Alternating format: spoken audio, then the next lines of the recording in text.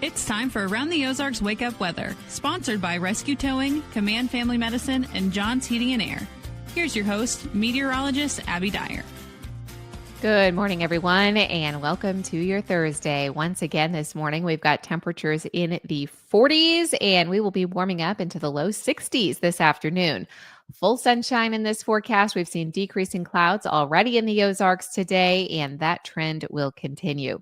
Now, as we head into the rest of the week and into the weekend, we are going to stay rain-free, but one of the headlines is that rain chances do return in my extended forecast. This is likely going to be back in the forecast by late in the weekend and early next week, the Monday, Tuesday timeframe.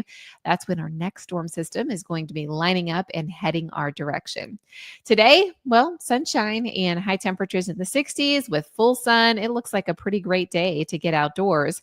High pressure in control of our weather pattern, and the cold front that came through for us yesterday allowed for those afternoon showers. Well, it's well east of the area now, bringing some widespread rain to the Ohio River Valley, and the active weather is going to remain on the East Coast. And then we've also got a storm system happening on the West Coast today as well.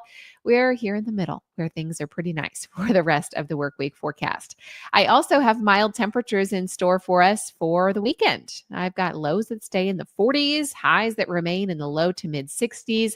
Seasonably nice this year. We don't have a whole lot in the way of precip this weekend. However, late in the weekend into early next week, that's the next potential storm system that I'm watching, and I think we'll have to monitor this one. Looks like it could come with a blast of cold air, maybe that first push of really cold, almost winter air for the season. I am looking at a big dramatic drop in temperatures next week, and it could come along with some precip. So over the coming days, I'll be monitoring, where this is going to fall, who's going to see most of the precip, and just how cold it gets, because at this point, I can't rule out the potential for some snow flurries when you combine the moisture with the really cold air. Looks like it's possible for next week, but it's something I'm keeping an eye on because models are still quite in a disagreement as we look at next week. Many of them show that there could be some heavy rain in the Ozarks, but the bulk of the moisture should stay well to our north. I'm talking in portions of Kansas and Iowa and Nebraska. That's where it looks like we're going to see more of the heavy rain and probably more of the colder temperatures also.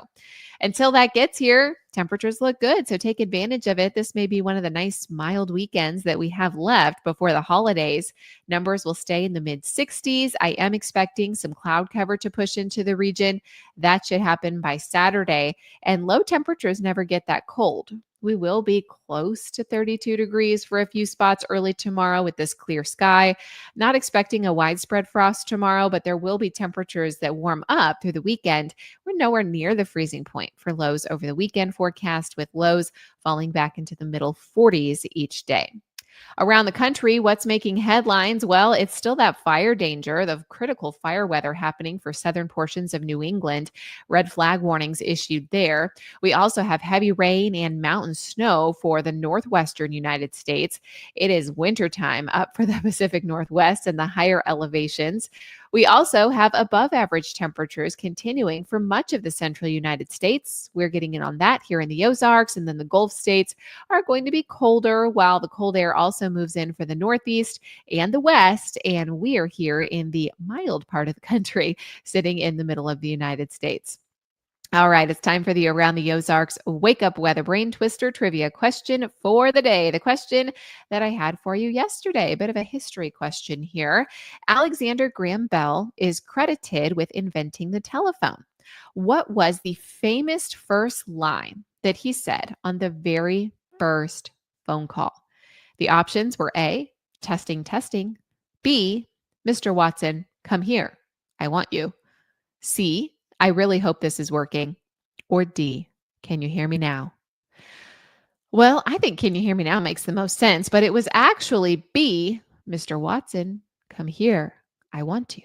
And you may have gotten this correct if you knew that Mr. Watson was Alexander Graham Bell's assistant. The very first words spoken on the telephone was, Mr. Watson, come here, I want you. He was using these skills that he invented in 1876 to call Thomas Watson his assistant.